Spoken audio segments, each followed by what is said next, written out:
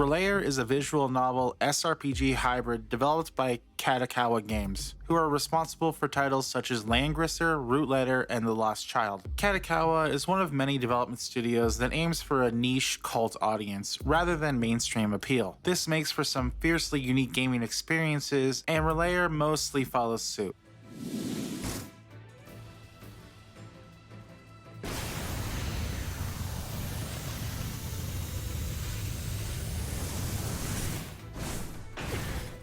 Hit on me. Still, despite this, Relayer has seen multiple releases that would imply that the studio might have wanted the game to be more publicly received. As of right now, there's a standard version, an advanced rebalanced version, and 2 physical releases on both the PS4 and PS5. Though it is worth noting that the advanced version was offered as a free update to standard users. Furthermore, the game has received 2 season passes. However, even though Relayer is so widely available, information about the game is scarce, with only a few scattered online reviews available. Even in 2023, a year after its release, there is no entry for Relayer on Wikipedia. So what exactly is this mysterious mecha-themed strategy RPG exactly about? Does it warrant the outrageous $60 price despite being a third-party game? The answer, well, probably won't surprise you.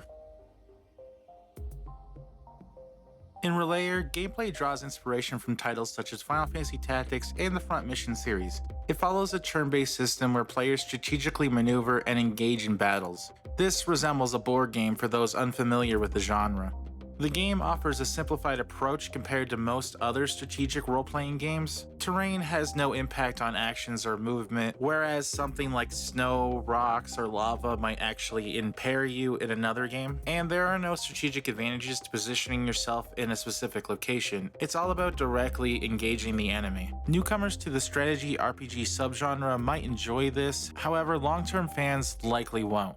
Relayer's simplification bleeds into even directional attacks. Strategies such as back attacks or side attacks don't actually matter. Everything's considered head-on unless 2 characters happen to perform a backstab move. This, however, is more like a pincer attack because 2 stellar gears have to be on either side of the enemy. Thankfully, more complication is introduced as the game progresses. You'll unlock several features such as a shop to buy and upgrade weapons, as well as a simulator to grind experience and replay missions. This simulator is extremely important because you always want to grind enough experience to have an advantage on the next area.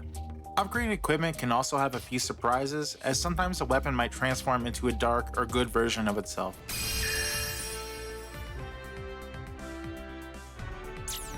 While the good versions offer clear benefits and they're usually the way to go, the dark versions often provide a high damage output, the trade-off being a stat that negatively affects you. While a lot of people probably won't even use these weapons, it's interesting that there's a risk and reward factor that can be present and possibly add a little more challenge for those who are looking for it. A light class system is also present, enabling players to utilize hard-earned job points to enhance their stats and unlock class abilities. It's a little reminiscent of Final Fantasy X's Spear Grid system. Fully upgrading a branch grants the option to choose from a set of new classes, typically focusing on high damage output and debuff-centric builds. However, it often proves more optimal to select the high damage option because debuffs are used so little in this game. Additionally, characters can acquire Big Bang moves, which are charged using the game's gravity meter. It's worth noting that only a handful of characters possess unique versions of these moves, so that's a little disappointing. Let's do it, Yodaka!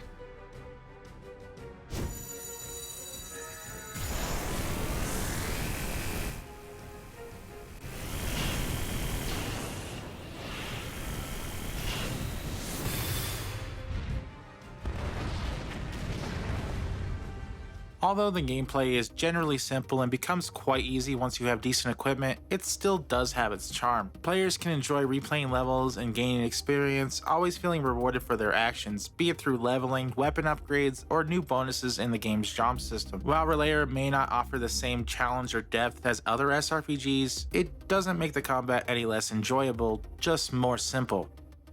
Visually, Relayer is a very beautiful game. Each stellar gear has its own unique color palette and visual flair that adds a delightful layer of excitement to the gameplay, especially in action. Every attack unfolds with style and flair, creating a visually appealing spectacle that enhances the thrill of combat.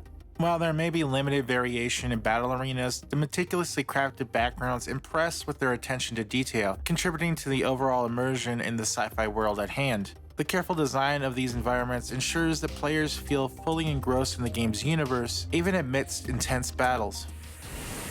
You're a growth that needs removing.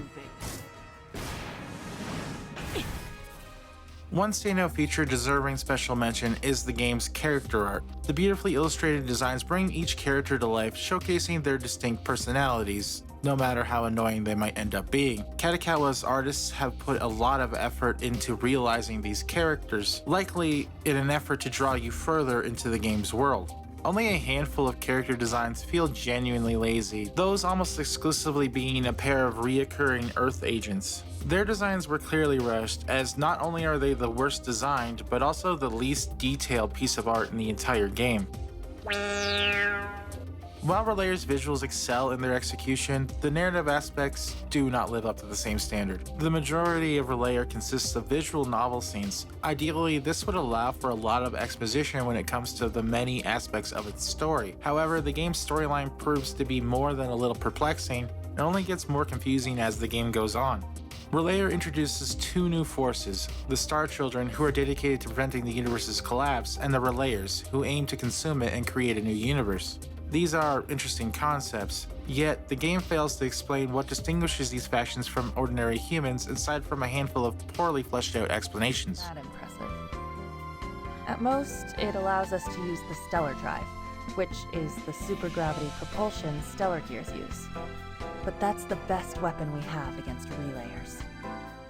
It is mentioned that the Starchildren possess some control over gravity, while the Relayers are virtually immortal. Yet it appears that these abilities only allow the Starchildren to pilot their unique mecha known as Stellar Gears. How these mecha differ from those who populate the game's bare battlefields is never actually explained in detail. These forces are discovered after a catastrophic event caused half of Earth to lose its gravity. This event is rather plainly named gravity loss, and the game downplays the potential impact of billions of deaths and the massive debris that would enter into space. Instead, it's more focused on Terra, the main character who conveniently suffers from amnesia. And you know what this means, tons of exposition.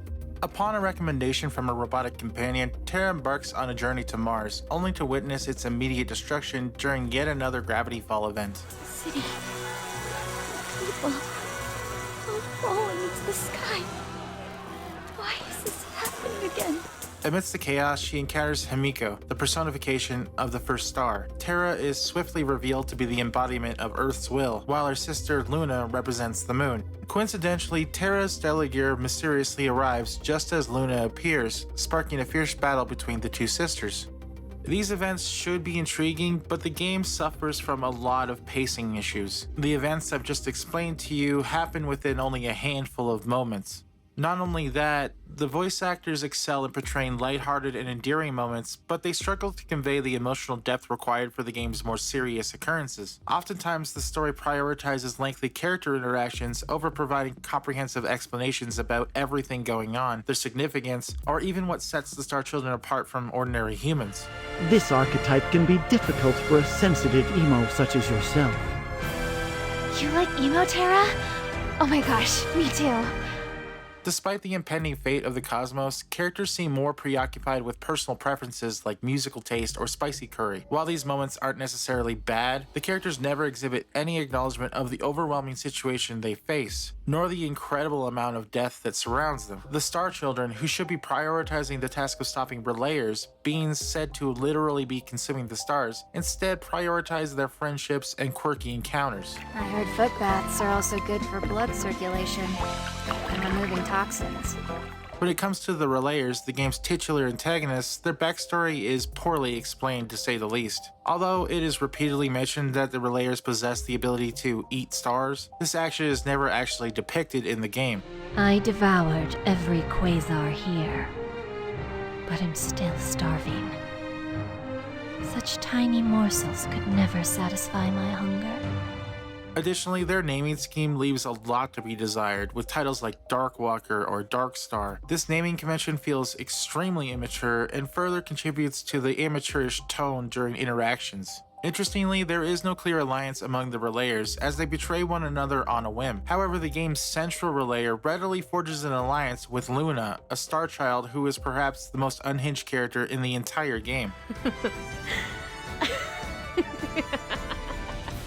Luna and Terra share a complex history tied to their father and a particular moment when Terra left Luna naked and seemingly lifeless. This event triggers an extreme and manic reaction in Luna, leading her to assist in the destruction of the entire universe using her stellar gear known as the Original One. The story should have primarily focused on these significant revelations, but they are overshadowed by the constant introduction of new characters as the game progresses. Almost every chapter episode introduces a new group of characters or involves events between poorly explained factions. As more and more is introduced in the game, very important questions end up buried underneath the mess of dialogue and quirky character interactions. Why does the Atlas subdivision of GT Labs pursue something they should already possess, as GT Labs provides Starchildren with stellar gear parts? Why do they even want something that apparently Starchildren can only utilize? Moreover, what truly sets Starchildren apart if their only discernible ability is to have minimal impact on gravity? So minimal that it apparently only assists in a very minor way with piloting their stellar gears. These are just a few of the plot points that are brought up, poorly explained, if not outright unexplained altogether.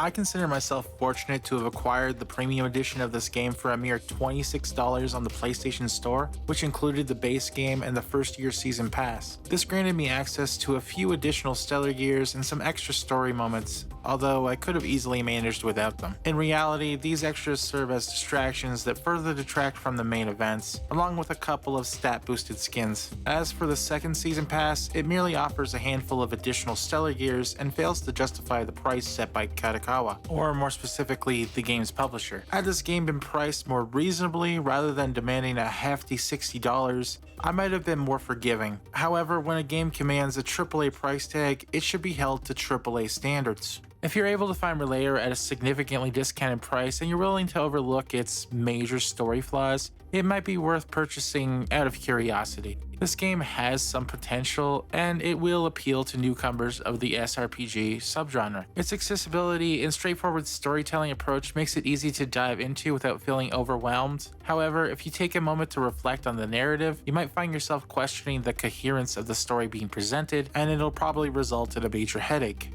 Thank you for tuning in to yet another review by me, Kei-Nova. It goes without saying that I genuinely appreciate your viewership. It's been a tough journey so far, but I'm committed to seeing this little channel grow. You can do your part by leaving a like and, if possible, subscribing to the channel. Your support is invaluable, and I hope that you enjoy all future content coming your way.